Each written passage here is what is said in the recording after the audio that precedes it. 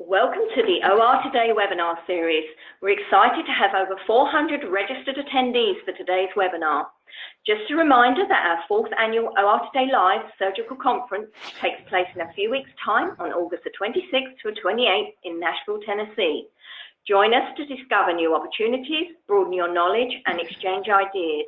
It's not too late to register, and if you register now, you can save $50 by entering the code SUMMERSAVER, that's SUMMERSAVER. Visit ortodaylive.com for more information. Let's kick off today's webinar by giving an OR Today Live surprise pack to the attendee that can tell me the answer to the following trivia question. August is National Eye Exam Month. What is the world's most common eye color? Answer now using the questions feature on your dashboard. While you are answering, I want to let you know that our sponsor today, Healthmark, will be emailing a post-webinar survey to all attendees so you can receive your CE credit. This will be sent out within the next few days, so please keep an eye out for the email in your inbox. OR Today would like to give one lucky attendee the opportunity to win an Amazon gift card by emailing a testimonial about what you love about our webinars. So please email us at webinar@mdpublishing.com. Okay, and let's see who the winner of our OR Today Live Surprise Pack is. And it is Margaret Myers. Well done, Margaret. Congratulations. The correct answer is brown. OR Today would like to thank our sponsor, Healthmark. Since 1969, Healthmark Industries Company, Inc. has developed and marketed innovative solutions to aid healthcare facilities in their delivery of surgical instruments and other life-saving medical devices to patients. Healthmark Industries' mission is to continue to innovate, continue to support, and continue to serve the healthcare provider industry and support services that make it possible to deliver quality healthcare. Visit hmark.com for more information. Our presenter today is Sharon von Wickland, perioperative consultant. She has more than 44 years experience as a perioperative RN and has worked in all facets of the OR environment from scrub person to director.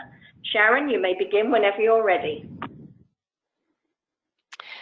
Thank you, and hello everybody. I'm so excited to be here, and I just feel like it's a real honor and a privilege to talk to y'all today. And I know that many of you already know who I am, but for those who don't, I thought I would just begin today's presentation by telling you just a little bit about my qualifications and experience so you know why you might want to listen to some of what I have to say. I have a bachelor's degree in nursing and a master's degree in nursing, and I'm actually currently working on my PhD in nursing, and I hope to graduate in May of 2019. In fact, last week I completed my comprehensive exams, my written comprehensive exams, and on August 21st, I will take my oral comprehensive exams, and after that, the only thing left is writing the dissertation. So I'm very excited, and I just wanted to share that with you. I have earned certification as an operating room nurse, an emeritus RN first assistant, a retired plastic and reconstructive surgical nurse, and a professional legal nurse consultant. And I also have earned the honor of being inducted as a fellow in the American Academy of Nursing. Now, this picture was actually taken in 1974 by my director on the very first day that I scrubbed for a real operation. Now, it was a rhinoplasty, and for those of you who don't know what that is, that's a nose job. But you know, we all have to start somewhere. I spent 36 years working in the operating room, and I served in every role from scrub person to director. And for more than 10 years, I collaborated with and provided education and competency verification for 9 perioperative departments and over 150 employees. For the past 7 years, I worked as a senior perioperative practice specialist with AORN, the Association of Perioperative Registered Nurses, and my work for AORN involved providing consultative services and authoring various AORN publications, including those infamous AORN guidelines, and I had the privilege to represent AORN at various functions and with various organizations such as the Association for the Advancement of Medicine medical instrumentation, or the AMI standards committees. I actually retired in mid-October 2017. Since retiring, I've been keeping very busy working on my dissertation, but also doing a lot of contracted and non-contracted writing and educational presentations and consultation services. And I also do a lot of work as a legal nurse consultant, so I'm not really retired. Now, when I had the privilege of representing AORN on the AMI standards committees, I became acquainted with the outstanding team from Healthmark Industries. Healthmark Industries has had a long-standing relationship with AORN, and with their products, they often reference and support our guidelines and our organization. So today we are going to talk about how we can always keep it clean. And you can see from the objectives for this session that we're going to talk about the importance of oversight by an interdisciplinary team. We're going to talk about cleaning verification in areas where cleaning verification is needed, and the evidence supporting enhanced visual inspection and rapid cleaning verification testing, and the types of rapid cleaning verification tests that are available. So we have a lot of material to cover. When I was writing the AORN guideline for processing flexible endoscopes and reviewing the massive amount of literature that supports that guideline, I was just enormously impressed with the need for effective cleaning of these very, very complex devices. And AORN subsequently recommended that healthcare organizations should implement cleaning verification methods when processing flexible endoscopes. I'm currently reviewing some legal cases involving patient deaths associated with the transmission of infection from contaminated endoscopes. And I'm sure you could guess that the plaintiff's attorneys are really going after the facility in these cases.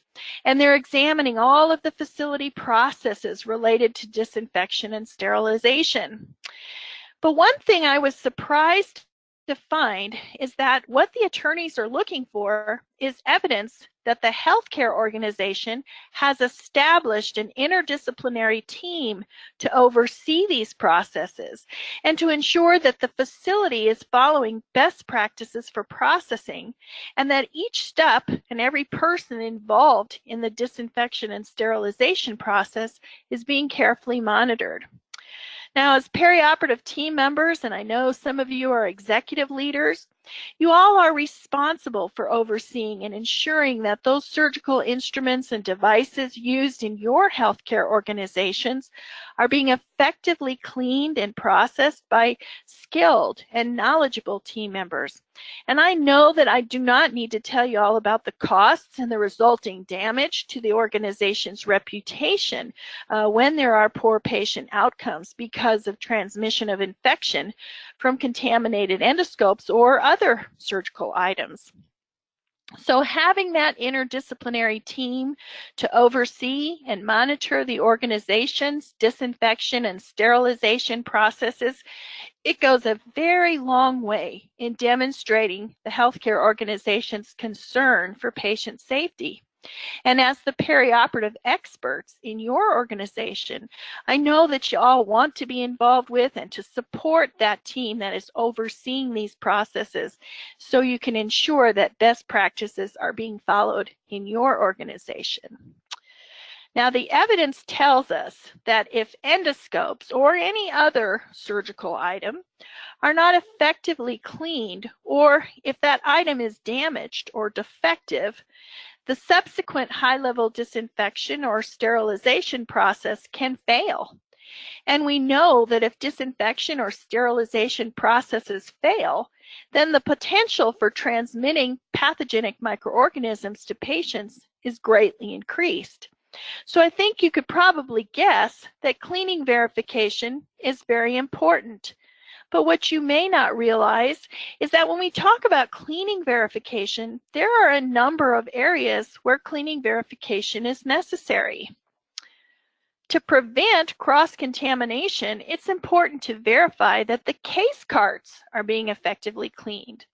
We need to be sure that our case cart washers are working correctly and that the water washing those carts is reaching the correct temperature. And there's actually a test specifically designed to challenge the mechanical efficiency of the cart washer and to ensure that the instrument carts are being effectively cleaned. And when this testing device is contacted by the water from the cart washer, the black ink washes away. And this tells us that the device is working effectively and providing effective mechanical action. To ensure that the cart washer is achieving the correct water temperature setting, the ink actually registers the water temperature that is being reached during the cycle. So I want to take a moment and stop and ask, how many of you all are using cleaning verification for your cart washers in your facility? The poll is open, Sharon. I'm just waiting to see what a good place to close the poll would be. Have a look. It's fairly close. Okay, I'm going to close the poll, Sharon. And the answers we have got is 37% yes, 40% no, and 23% not sure. Very interesting. So I would have expected maybe to see a little higher in the yes category, but hopefully now that we've explained the importance of that, you can make sure that those happen in your facilities. Now, it is also important to test for the presence of cavitation energy. That is the cleaning power in your ultrasonic cleaners. Ultrasonic cleaning occurs when sound waves are introduced into a cleaning liquid by a series of transducers, and then that sound travels throughout the tank and it generates waves of compression and expansion, and this causes the formation of vacuum cavities. And these cavities collapse in a process called cavitation. And it is this cavitation process that delivers this very intense cleaning action in very small areas. So when your ultrasonic cleaner is supplying sufficient energy and the necessary conditions for effective ultrasonic cleaning have been met, the ultrasonic testing device will change color from green to yellow. So it's very simple to use. It's also very, very important to verify that your automated instrument washers are up to the task of effectively cleaning surgical instruments. Now, the automated washer test device is actually soiled with a testing soil that's composed of hemoglobin and fibrin, and it is contained in a plastic holder that is designed to provide a challenge for the washer that's identical to a stainless steel instrument that's been soiled with dried blood, and to cleaning the areas of surgical instruments that are hidden from view, such as the box locks or the hinges. So routinely using this test will help to ensure that the instrument washer is performing at a consistent level and effectively cleaning your surgical instruments. I think it's time for another polling question. So I'd like to know how many of you all are using cleaning verification for your automated instrument washers.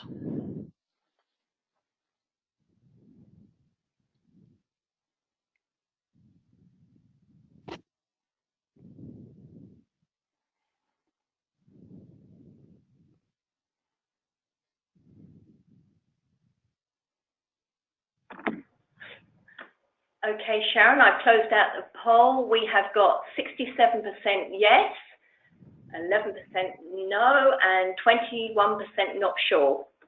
Wonderful, 67%, that's great. The majority of you are doing that. That's wonderful news to hear that. Well, another very important area for testing is checking the effectiveness of cleaning lumen items. Lumen testing is conducted using a stainless steel device that's coated with a testing soil, again composed of blood components, hemoglobin and fibrin. And the stainless steel plate is actually intentionally scratched, and this way it replicates the uneven interior of a lumen instrument. The testing device is placed inside of a holder, and that simulates the challenge of cleaning a cannulated instrument. And then the testing device is placed into an automated cleaner. And after the testing device has been processed through a cleaning cycle, it's removed from the holder and examined from the presence of soil. There's also a testing device that simulates a flexible endoscope channel, and it is designed to challenge the cleaning efficiency of endoscope washers. So the testing device is placed in a stainless steel lumen, and the entire device is hooked up to the irrigation port of the automated endoscope reprocessor. Now, the testing device contains polysaccharides, which are carbohydrate molecules, and the blood components, because these soils are the types of soil most often found within the channels of flexible endoscopes. So here you can see that the blood soil has been completely removed, but not the polysaccharide. And here you can see that the polysaccharide has been removed, but not the blood. When processed through a cleaning cycle, the goal is that both soils should be completely removed from the testing device. And if you have a failure to remove both soils, this could result from inadequate chemicals or mechanical problems, poor water quality, or insufficient water temperature. And so you would want to have these issues investigated and find the cause of the test failure. Now, one way to help ensure that our endoscope or surgical items that have been effectively cleaned is to very carefully inspect them after manual cleaning. As you can see from this cycle of processing figure on the slide, inspection is just one step in that cycle of processing, but it's a very, very important step because essentially the buck stops there, right? And we're all familiar with that concept. There's a very high level of evidence that supports visual inspection after cleaning as a method to help identify residual organic material and defective items in need of repair. Now notice this recommendation from the AORN Guideline says lighted magnification should be used to inspect endoscopes and accessories for cleanliness and damage. Using lighted magnification is actually a form of enhanced visual inspection. Now, this is a pair of curettes, as you would look at them with your naked eye, and they appear to be clean and in good repair. Here is the cutting ends of those same curettes when viewed with magnification. Well, they're clean, but they are very obviously in need of sharpening and repair. If these items were put into a tray and sterilized and then subsequently used on patients, they would probably not work as efficiently as intended, and they could potentially injure the patient. This is a laparoscopic scissor, as you would look at it with your naked eye. Here is the cutting end of that same scissor when viewed with magnification. If this item was put in a tray and sterilized, there's no guarantee that it would be sterile or that any of the other instruments in the tray would be sterile, because we know that organic material such as blood, hair, tissue, bone fragments, and inorganic materials such as rust and grease and bone cement cannot be effectively sterilized. So using lighted magnification enables enhanced identification of soil and debris, as well as damaged and defective items, and it allows those items to be re-cleaned or removed from service and repaired. Now, these pictures show the type of residual soil and damage that can be present and seen on the ends of flexible duodenoscopes when viewed under magnification. Now, these scopes have been processed multiple times, so that bioburden that you see in the first picture had been there for quite some time, and it was literally baked on to the endoscope. The second picture shows cracks and chips around the irrigation and biopsy channels. And this type of soil and damage is actually very difficult to see with your naked eye. And if it's undetected, then we know that the endoscope can harbor bacteria in those little crevices, and those crevices can also create sharp edges that in theory could injure the patient. There are many different forms of magnifiers and many strengths of magnification that you can use at your facility. So I want to take just a moment while you're looking at all of these different types of magnifiers and strengths of magnification and answer a question that I know some of you are probably thinking. And that is, well, which of these magnifiers am I supposed to use? What does the evidence tell me is the best one? And the answer to that question is you use whichever magnifier works best for you and your team members and for the device you're inspecting. As with many practice questions, there are no randomized controlled trials telling us which magnifier is the best to use in which situation and for which devices and with which personnel. The truth is that for some practice questions, the evidence doesn't exist. The topic simply hasn't been studied, or it may not ever be studied. So short of conducting our own research on the topic, and that is always a possibility, we have to put on our critical thinking caps and implement evidence-based practice. Now remember that evidence-based practice uses the best evidence available in combination with clinical expertise and patient or user preferences. So when the evidence doesn't exist, practice decisions have to be based on clinical expertise and patient or user preferences. So you would want to consult with some experts. And this would include checking with your sterile processing technicians who are responsible for examining the devices requiring lighted magnification, and the manufacturer representatives of the available lighted magnification devices to see what types and strengths of magnifiers they are recommending and why they are recommending them, and what advantages and disadvantages there are for each magnifier. Or you could simply just try several different types and decide which magnifier best meets your needs. Relative to patient preferences, in this case, it would be the preferences of the users, the individuals who will be using the magnifiers. You know what the point is? The point is that you are not going to find every answer to every practice question in the peer-reviewed literature, or even in the manufacturer's instructions for use. So don't ever underestimate the power of your own thoughtful assessment and the application of your informed clinical judgment based on the specific factors associated with the individual situation or the particular need. Now, one additional recommendation in the AORN guideline relative to enhanced visual inspection is the recommendation that says internal channels of flexible endoscopes may be inspected using an endoscopic camera or a borescope. Now, for many devices, visual inspection with lighted magnification is sufficient. However, devices with lumens are problematic because the magnification doesn't show what's deep inside the lumen.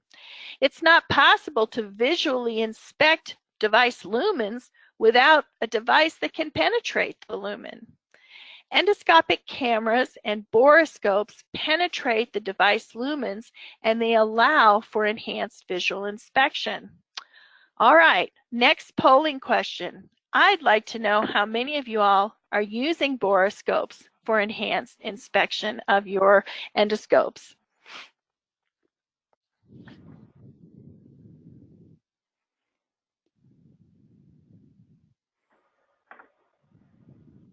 Okay, Sharon, I'm going to close the poll.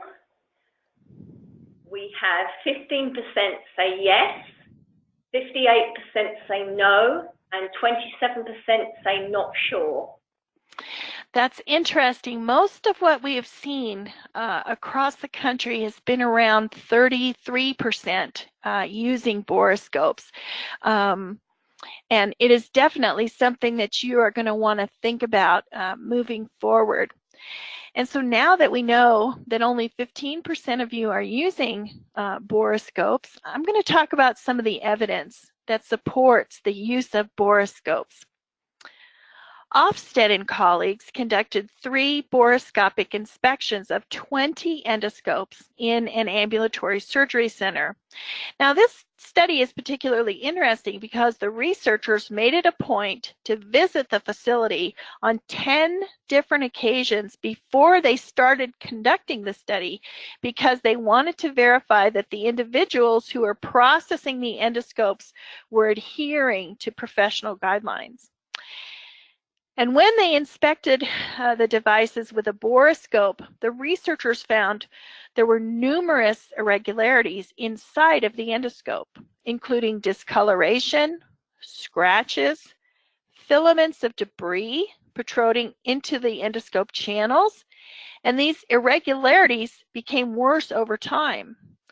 They found residual fluid in almost all of the endoscopes, and that's problematic. Why is that problematic? Because it means that the drying methods are not sufficient. And we know that the presence of fluid inside of an endoscope can foster bacterial and fungal growth and lead to patient infection.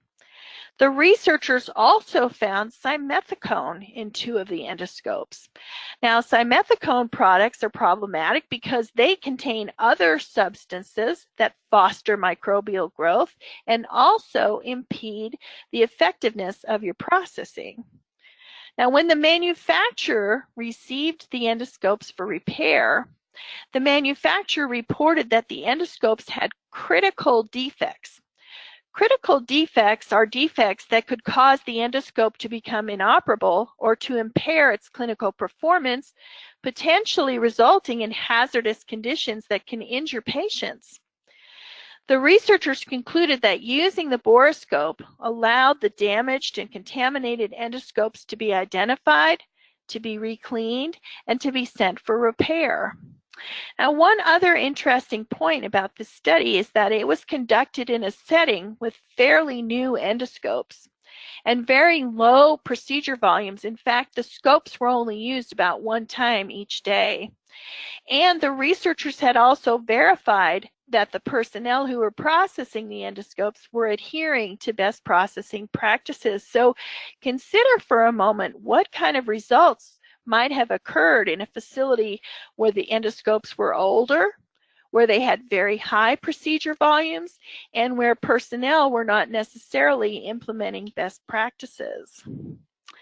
Now, these are some examples of the kind of soil and damage that can be identified with a borescope. The picture here on the bottom left shows debris around the endoscope lens, and I'm not going to ask you exactly what kind of debris you think might be found in an endoscope, but I want you to keep in mind that these examples of residual soil and damage were found in patient-ready endoscopes. And we know that retained organic material or debris in a lumen can lead to patient injury. And this doesn't apply only to residual organic material in flexible endoscopes. This is true for other lumen devices as well. In a case control study, Tosh and colleagues reported on an outbreak of Pseudomonas aeruginosa surgical site infections in 7 patients on whom the same arthroscopic shaver was used. The researchers found that although the shaver had undergone repeated cleaning and repeated steam sterilization procedures, there was debris in a lumen of the shaver. And they concluded that that retained surgical debris allowed bacteria to survive the sterilization process. And the subsequent use of the shaver was, in fact, the cause of the outbreak. Now, these pictures were taken by the researchers, and they show that cannula lumen, and they show the retained debris that was discovered when using a borescope to examine the lumen of the shaver.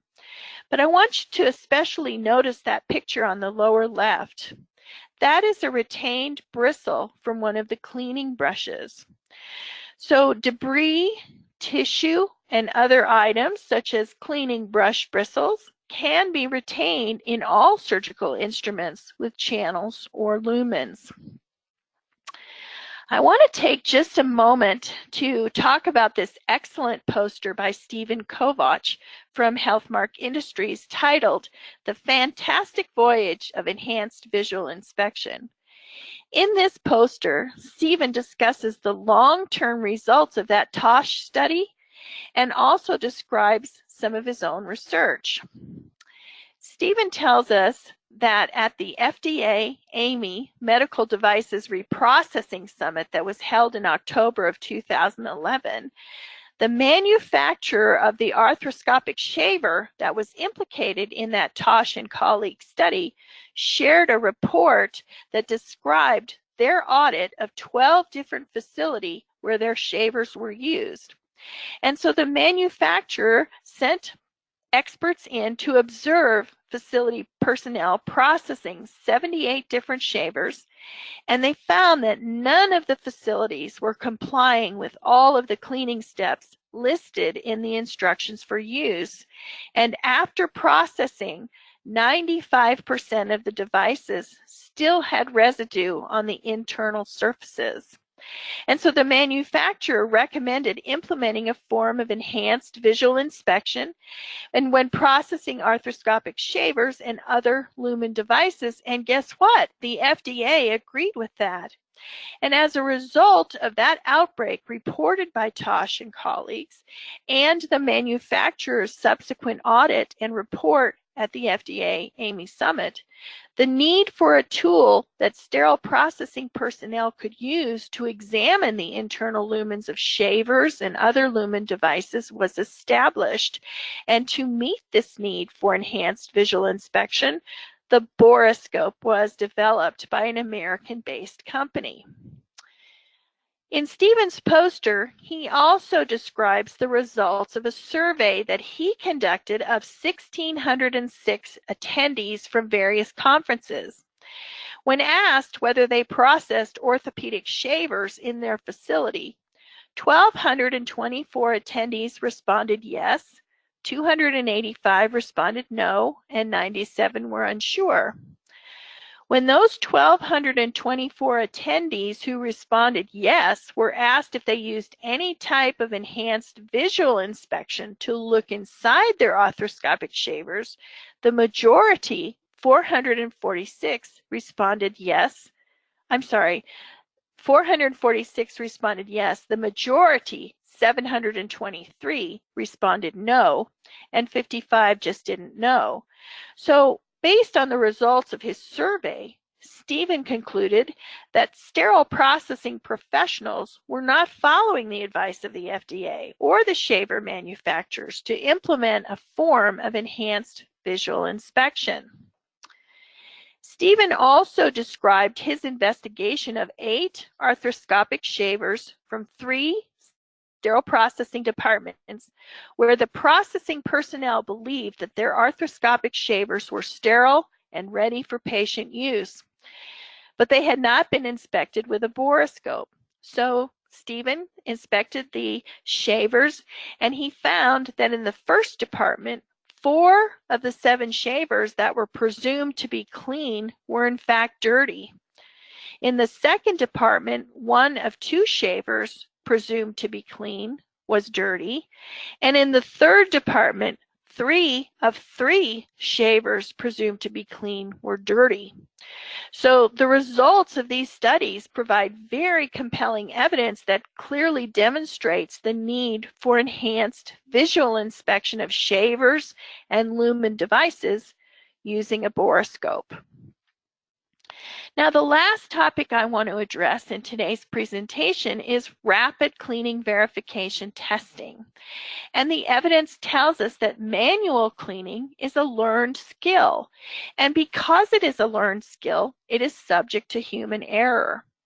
We've talked about the need for inspection using enhanced methods such as lighted magnification and borescopes, but in some cases, visual inspection alone even with magnification, is just not sufficient to determine cleanliness of some surgical devices, especially complex devices such as flexible endoscopes.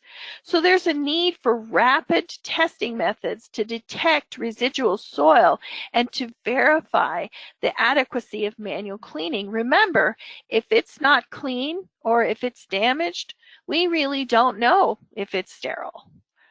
Rapid cleaning verification tests are used to verify the ability of the cleaning process to remove or to reduce to an acceptable level the organic soil and the microbial contamination that occurs when you're using a reusable device. Cleaning verification tests include adenosine triphosphate, or ATP, and there are chemical reagent tests for detecting clinically relevant soils such as hemoglobin and protein and carbohydrate. Periodic verification of cleaning effectiveness can help to reduce errors in manual cleaning, but no single method of cleaning verification has yet been established as a standard for assessing the outcome of endoscope processing. Well, it's time for some more polling questions. And I would like to know, when you are processing flexible endoscopes, are you currently using rapid cleaning verification testing?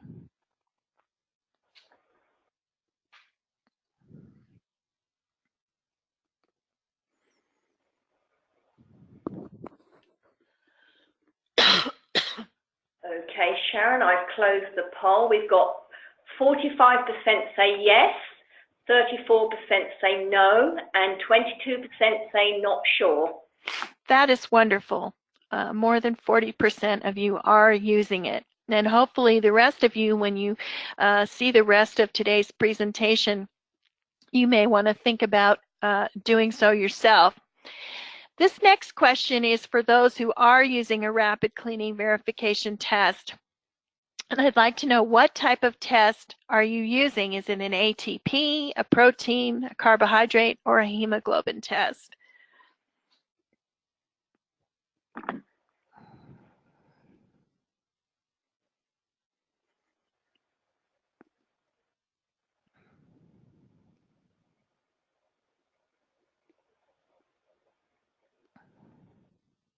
Okay, Sharon, I've closed the poll.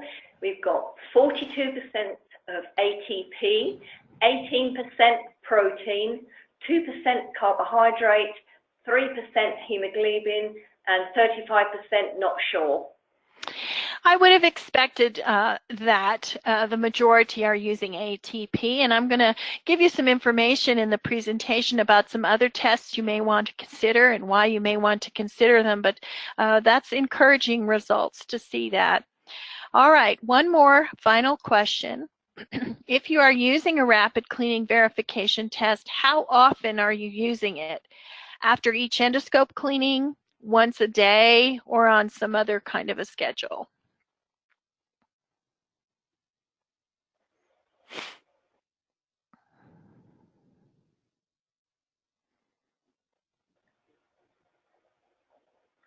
Okay, Sharon, I've closed out the poll.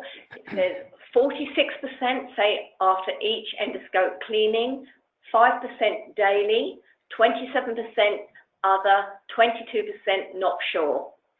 Well, I'm thrilled to hear that more than 40% are doing it after each cleaning. That's wonderful news. And for those of you who are doing it daily, kudos to you too. Thank you for so much for your participation in all of these polling questions. You've given us some great information. And now that you've kind of gotten an idea of what your colleagues are doing relative to rapid cleaning verification processes, let's see what the evidence tells us about rapid cleaning verification testing. In a study to evaluate contamination of patient-use endoscopes using visual inspection and rapid cleaning verification tests, and to also determine which testing instruments and methods could be used for quality improvement initiatives related to flexible endoscope processing, Visrodia and colleagues sampled endoscopes used for gastrointestinal procedures after pre-cleaning at the point of use and after manual cleaning. Now, during 37 examinations of 12 different endoscopes, the researchers visually inspected 121 endoscope components, and they conducted 249 rapid cleaning verification tests. And what they found was that after pre-cleaning at the point of use, all of the endoscopes had very high levels of ATP and detectable blood or protein. Now, that's not really alarming, is it? Because we know that that pre-clean at the point of use is kind of a quick process, not so much to clean the device as to moisten the device and begin that cleaning process. So it's not surprising that after that pre-cleaning, there would still be high levels of ATP and blood and protein on the scopes. Now, after manual cleaning, there was no visible soil on any of the endoscopes that you could see, but 82% of those endoscopes still had at least one positive cleaning verification test. So the researchers concluded that relying solely on visual inspection after manual cleaning and before high-level disinfection was really insufficient to ensure that your processing would be effective. And the researchers also theorized that using more than one cleaning verification test might be necessary to ensure that your contamination is consistently detected before the endoscopes are processed and used on patients.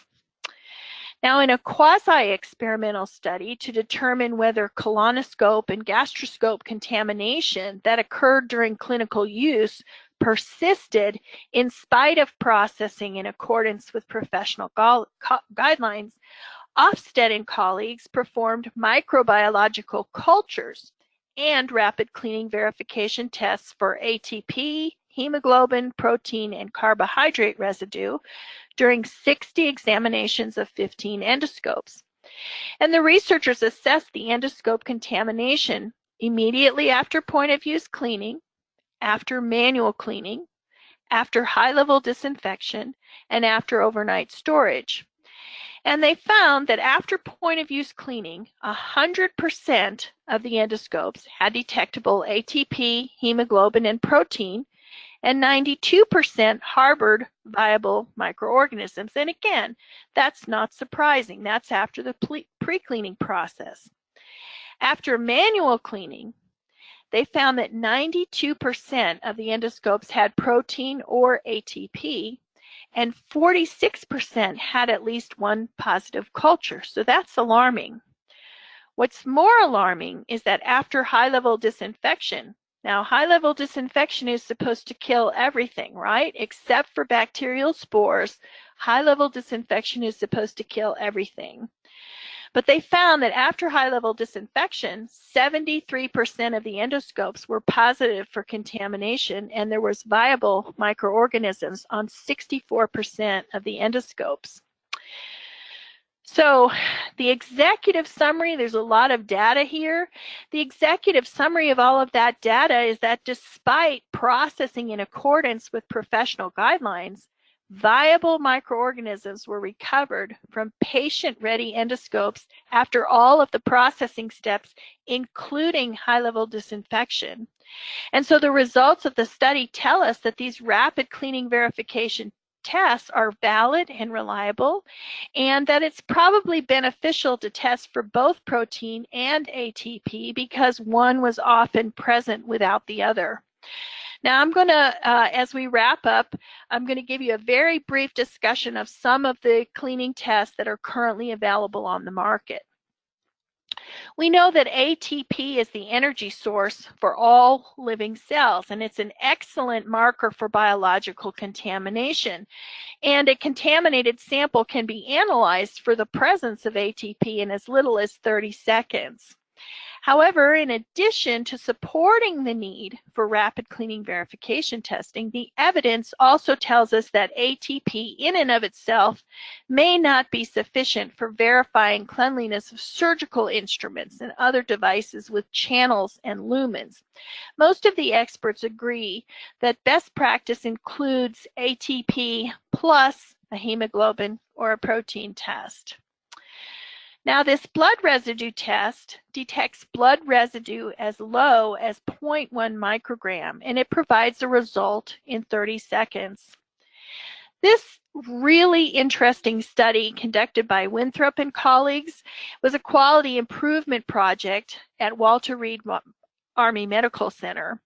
And the researchers wanted to determine whether the loaned instruments that came into the facility had actually been effectively decontaminated at the previous facility.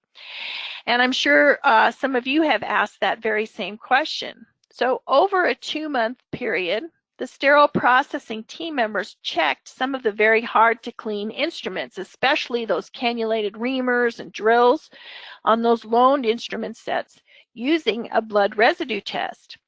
Now, of the 139 loaned instrument tests sets that were tested, 23 tested positive for blood residue.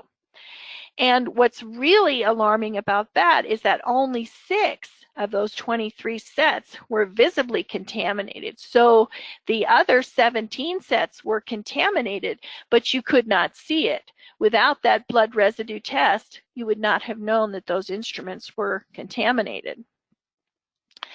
Testing for residual protein is also important because protein is a significant component of bioburden. And this test is sensitive to 1 microgram of protein. And if the liquid or any part of the testing swab turns blue-green, then we know that the surface harbors protein and it should be recleaned. Now, Washburn and Peach conducted a study to determine whether cleaning verification tests were predictive of microbial growth. And so the researchers obtained 660 samples from 90 different endoscopes used at 2 very high-volume endoscopy centers.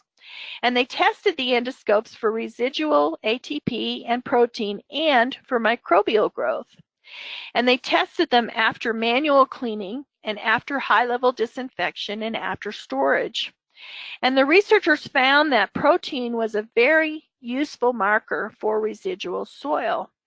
And they found that if an endoscope tested positive for protein after manual cleaning, it was also likely to test positive for protein after high-level disinfection. There are combination tests available for checking endoscope channels and lumens that have the capability of testing for 3 organic soils at once: hemoglobin, protein, and carbohydrate.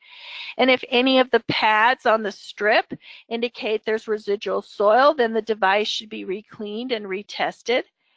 And there is also a test for checking the cleanliness of the biopsy channel of your flexible endoscope, and depending on the type of test that you use, whether it's blood or protein, you have that color change that indicates that this residue remains in the channel and we need to reprocess the endoscope. There's actually a testing kit available that includes everything you need to collect and send a sample from a processed endoscope for testing to the accredited laboratory that helped design the sampling kit. And laboratory personnel perform independent testing of the sample for the presence of microorganisms, and if present, the organisms are identified and quantified. Now, we know that automated endoscope reprocessors are very effective for high-level disinfection or liquid chemical sterilization, but how do you determine if that processing was effective? Well, you can do that by using a test for gram-negative bacteria, such as Escherichia coli or Pseudomonas aeruginosa, and this can help to ensure that your endoscope is safe to use on the next patient. In this case, the sample is obtained after the high-level disinfection process. And there's a fluorometer that checks for gram-negative bacterial growth, and it's able to detect as few as 10 colony-forming units, and in some cases as few as 1 colony-forming unit. In that study I talked about by Washburn and Peach, the researchers found that using this gram-negative bacteria test provided similar results to doing microbiological culturing. So there are 2 major points I want you to take away from today's presentation. The first is the need for an interdisciplinary team to oversee disinfection and sterilization processes. And the second is the need to incorporate cleaning verification testing to ensure that your surgical instruments and devices that are used in your healthcare facility always keep it clean. So with that, my time is up, and I want to say thank you so very much for your kind attention. I know I presented a lot of material for you to absorb. These are the references supporting this presentation. And at this time, I'll be happy to answer any questions that you might have about any of the material I've presented. And I've also included my contact information on this slide, so please feel free to contact me if you have questions or concerns about the information presented in today's webinar. And thank you again so very much. That's great. Thank you so much, Sharon. I have just a couple of questions as we have time. You mentioned the importance of having an interdisciplinary team to oversee the high-level disinfection and sterilization process. Who should be included on the team?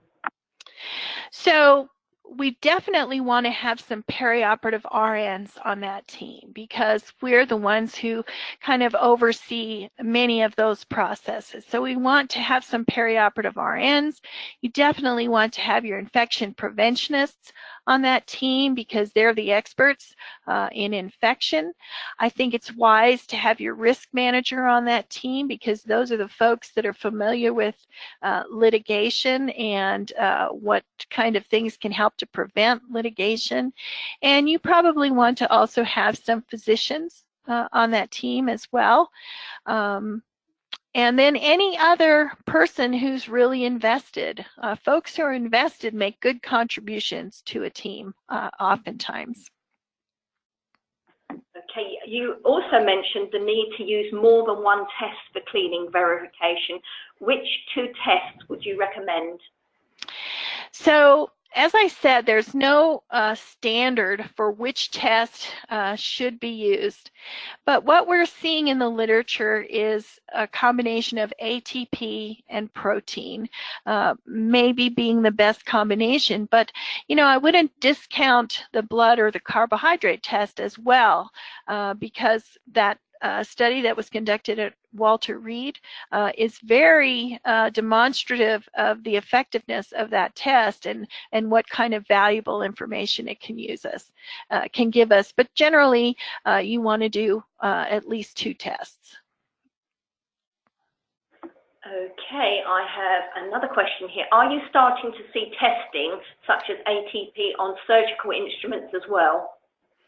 Yes, we are. Because, you know, it's not, oftentimes surgical instruments aren't as difficult to clean. There are some that are, but for the most part, they're not as difficult to clean as a complex device as an endoscope. We also have the advantage of, you know, using very hot water and steam sterilization. But yes, we are starting to see the testing done on surgical instruments as well. And surfaces and counters and things too. We're seeing the ATP used a lot environmentally. Okay, that's great. It doesn't look like we've got any more questions, Sharon, but thank you again for a great and very informative webinar. And thanks once again to our sponsor, HealthMark. Just a reminder that HealthMark will be sending you a post-webinar survey to complete for your CE credit. This will be done within the next few days. Also, remember to send us your testimonials to win an Amazon gift card at webinar@mdpublishing.com. For more information on our upcoming OR Today webinars, please visit our website, ortoday.com/webinars. Thank you once again, and hope you have a great day, and see you next time.